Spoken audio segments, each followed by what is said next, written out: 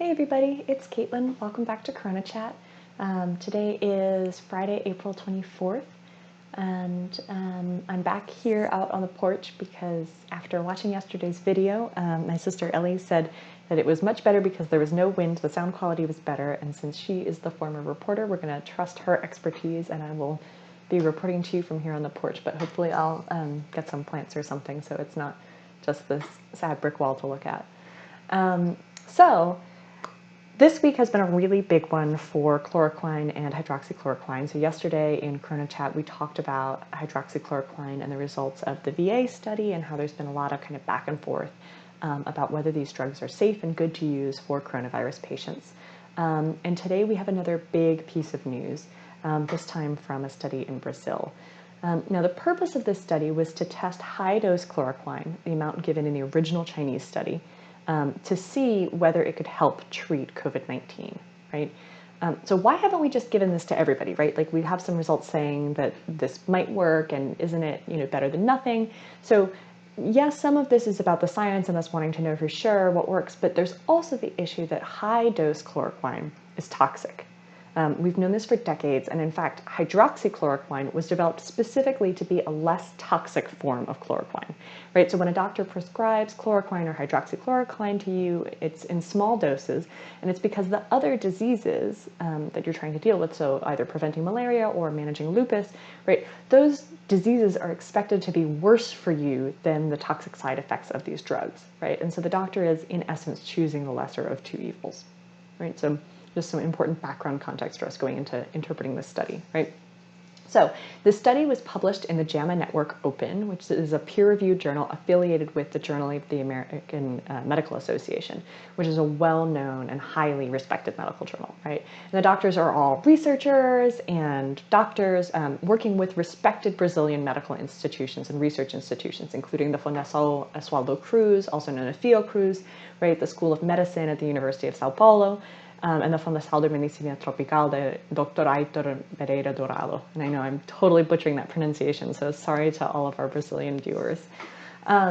So this study was a double-blind randomized control study conducted in actual human beings sick with COVID-19, right? This isn't a study in petri dishes, this isn't a study in animal models, this is with actual human beings who are actually sick with COVID-19. And the way that this study was constructed means that patients were assigned to the treatment and the control groups randomly, right?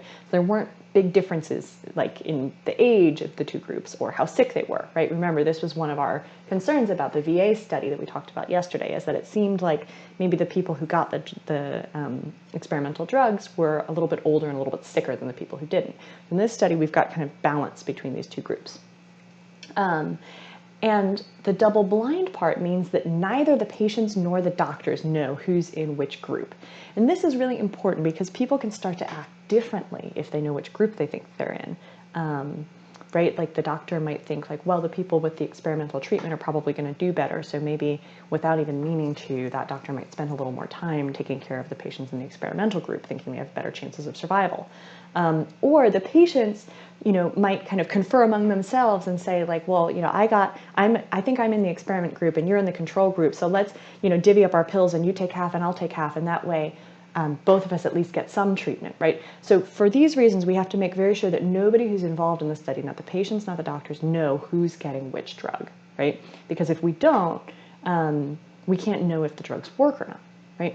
So this study was designed in a way to actually give us a definitive answer about whether chloroquine works, right? As opposed to all of the other studies we've seen up till now. So the study was supposed to enroll 440 patients, but it was stopped after 81 patients because the Ethics Review Board thought this trial was too dangerous to continue.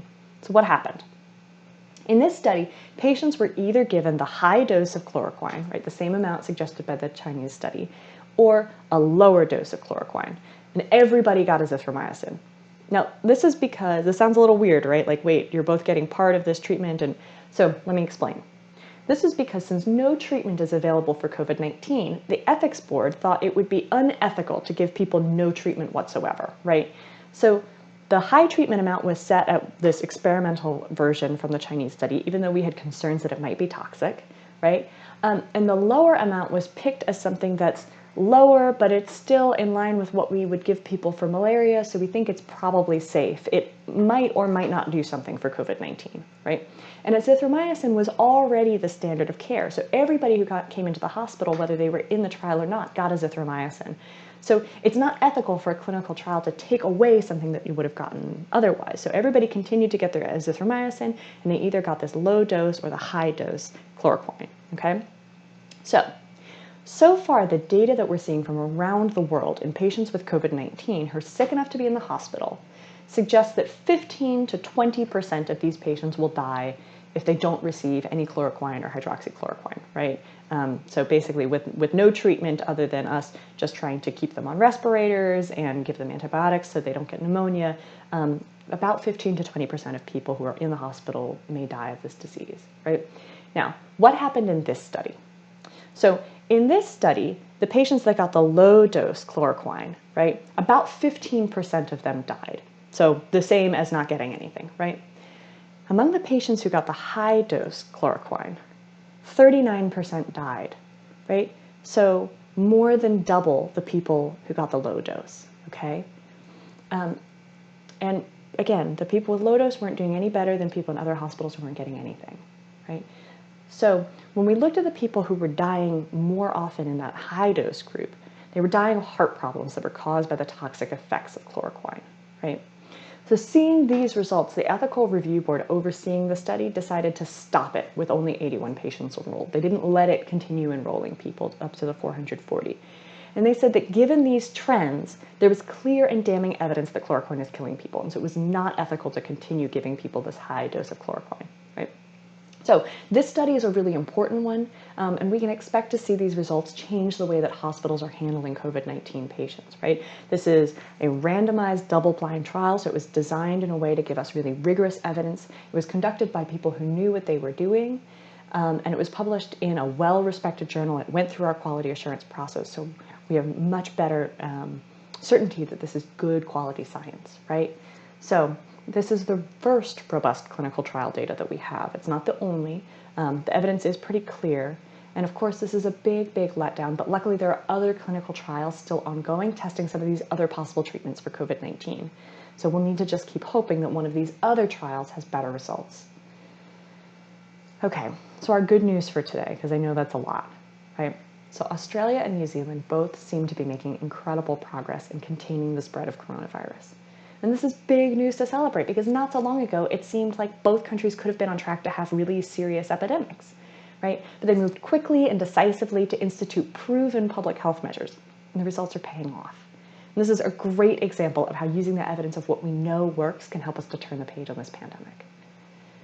So I hope you're all able to disconnect a little bit this weekend. I know we're many weeks into to quarantine or into shelter at home, and this is tough, right? This is a hard time, but we will get through it, and we're going to get through it together. So stay safe out there, take care of each other, and I'll see you all back here Monday on CoronaChat.